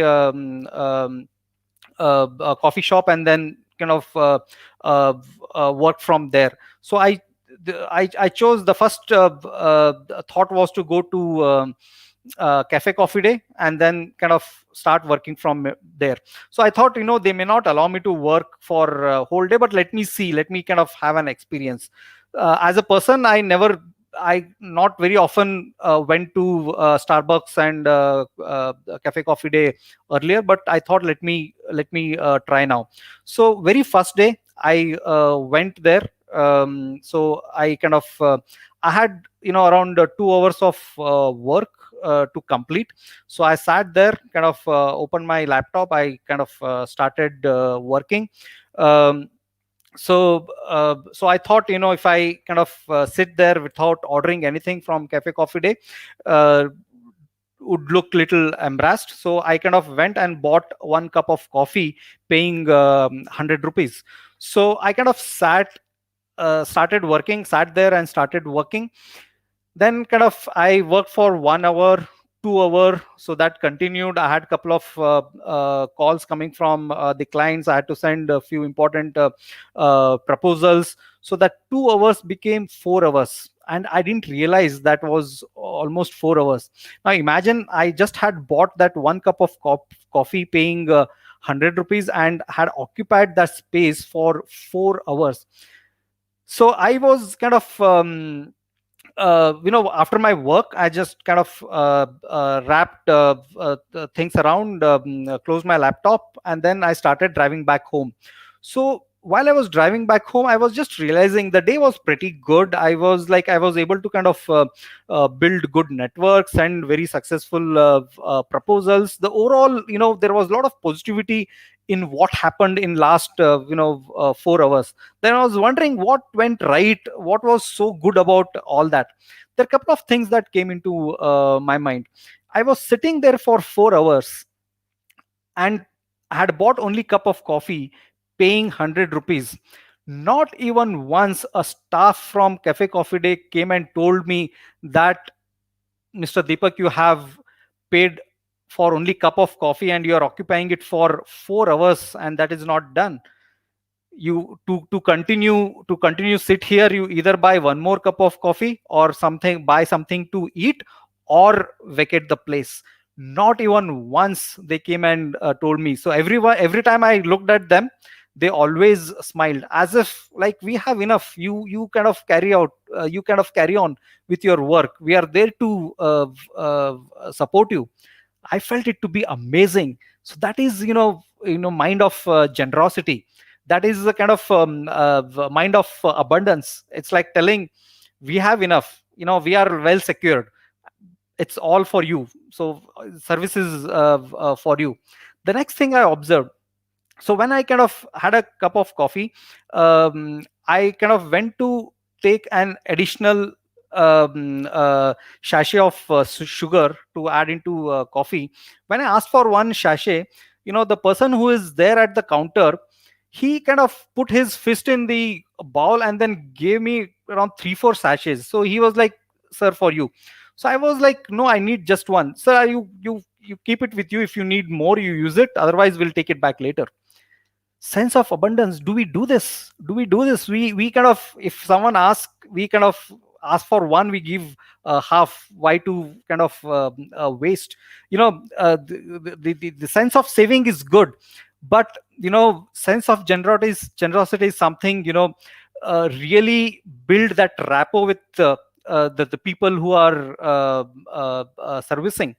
Eventually what this yielded to, imagine had cafe coffee day people come and told me that, okay, vacate the place, you have only paid 100 rupees. I would have kind of obeyed. Okay, fine, I would have accepted. Yeah, sorry, I could have stayed here only for 1 hour, but I extended, so I will leave. I would have gone back. But believe me, I would probably, when I had to come back again, I would probably not chosen cafe coffee day again. I probably would have chosen someone else, because this kind of experience they exhibited, this, because of experience they gave to me, I chose to go there again next day. The day after that, I went there with my business partner. We had 4 cup of coffees.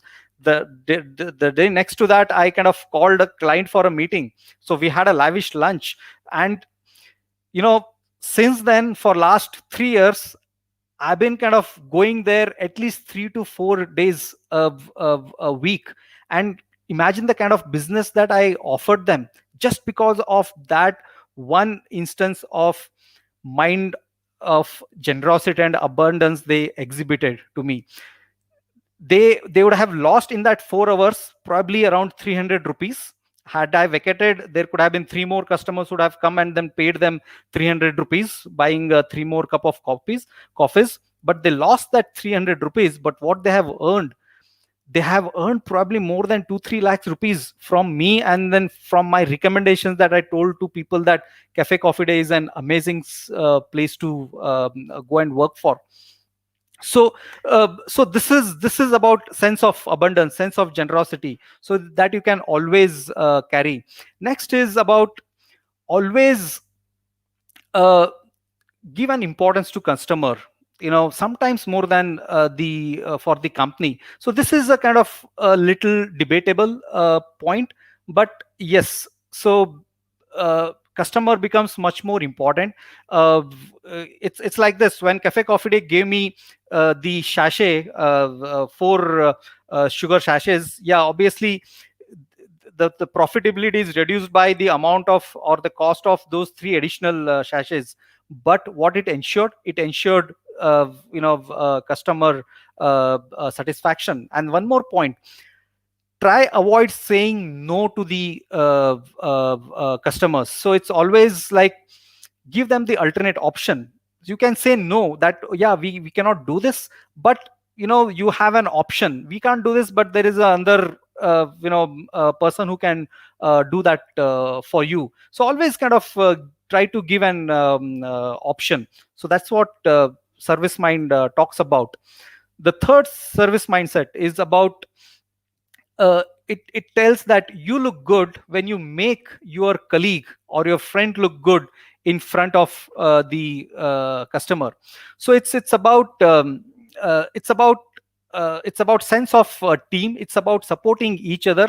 Believe me, as a customer, I kind of go to a place where I'm expecting service, and then the first person comes in front of me and says that, or somewhere, I mean, he's not able to communicate with me as much better, and I'm kind of I kind of get perplexed and wouldn't know what to react and how to take the communication forward. And imagine his colleague or her colleague comes there and then tells me that, okay, this person of ours is always like this. He doesn't make any sense when he talks to people, but just ignore him, and then I'm there for your help, so let me know how can I help you, so I can kind of address you.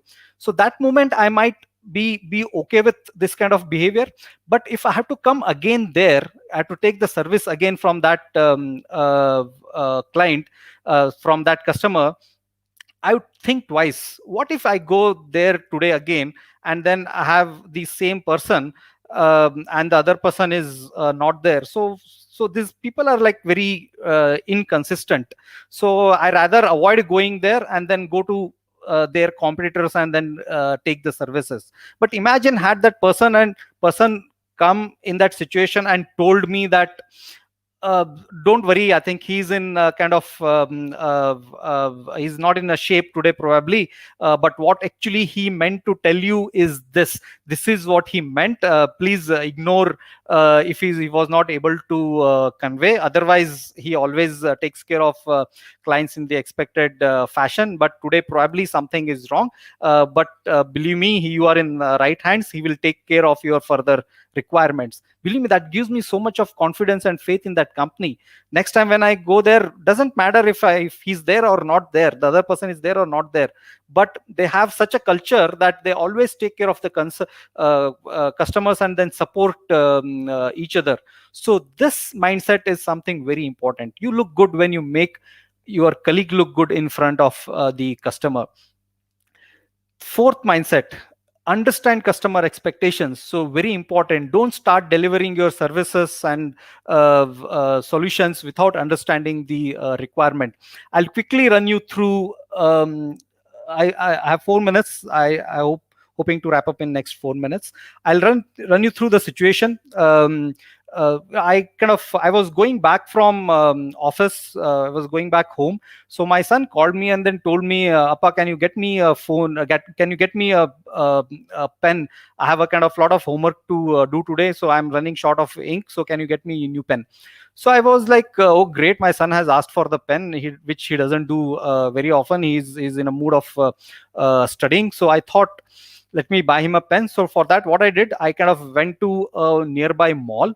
I parked my car, went to shopper stop there, and bought that expensive 500 rupees Parker pen, and then went back home. So when I was so very happy, I bought him such a nice pen for him.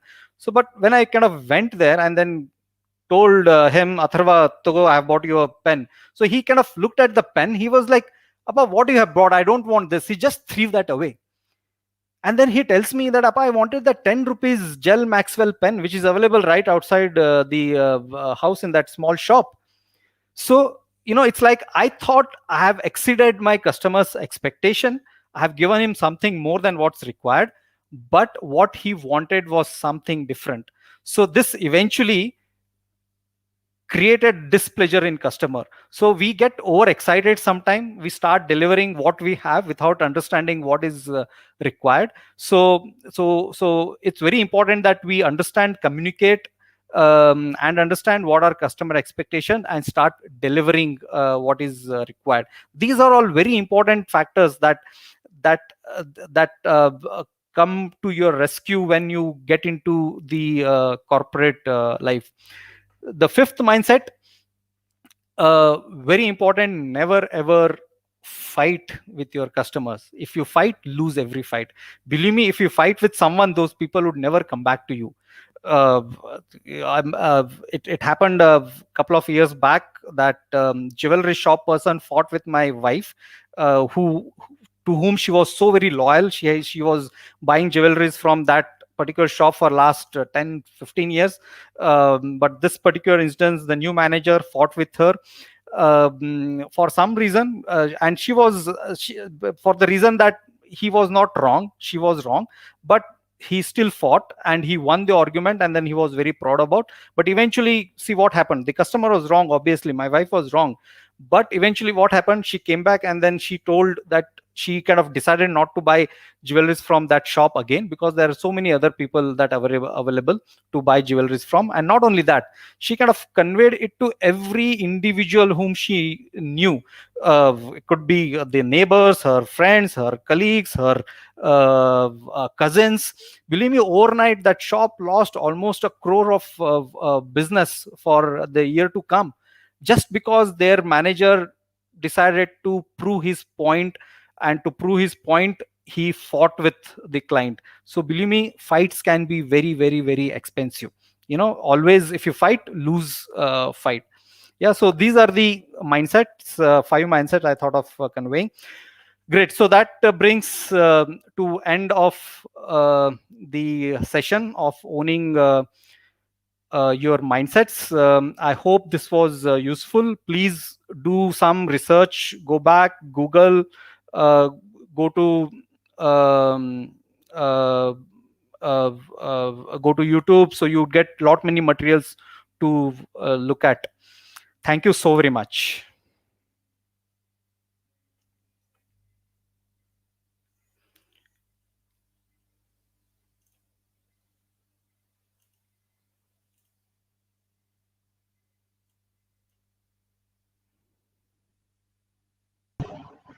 Thank you, sir. Thank you, sir. Deepak, sir. Yes, thank you, Mr. Krishna. Thank you so very much. Yes, thank you, sir. Thanks. Now we request all the participants, if you have any queries, please post it in the chat box. So we got some positive feedback, sir. Very informative. It's very motivated, informative, very helpful. It's a very useful session. Good session. It's helpful workshop. Thank you so much, sir. Thank you, sir. They have given the comments, sir. Great to know. Yeah, thank you so much. Yeah. Dear participants, we are waiting. If you have any queries, then we can ask to the resource person. Yeah. So, Mr. Ravi, I have a kind of hard stop at 6 o'clock. I Yes, sir. wouldn't mind taking their questions through mail, or if you can send me across, I can always respond back. Thank you, sir. Thank you. Thank you. Yeah. Yes, Thank you so thanks. much. Thank you all. Yeah. Thank you. Bye. Thanks. Tomorrow's session at 6? Yes, ma'am. How it was scheduled, ma'am? It was supposed to be at 6, so I just wanted to reconfirm with Deepak. Yes, I think ma'am. It he will be logged 6 out. only, ma'am. Yes, ma'am. Yeah. Yes. Thank you, ma'am. So we request all the participants kindly fill the feedback form, which is available in the chat box. Okay. So we have already given. So I request all the participants kindly fill the feedback form for the today's session. So you can see it here. So through this, you can fill the feedback form. Okay. And we would like to thank once again Dr. Shobha Reddy, Madam, and Mr. Deepak Puranik, sir, from the organizing committee member, for accepting our invitation and gracing the event. Okay. So we once again request all the participants to be active in the session and make best use of the program. So we are looking forward for you to meet for the tomorrow's sessions also. So we would like to conclude the day one of the AICTE sponsored 3 days online workshop on personality development, career planning, skills and entrepreneurship training under the scheme Samriddhi. Thank you all. Thank you.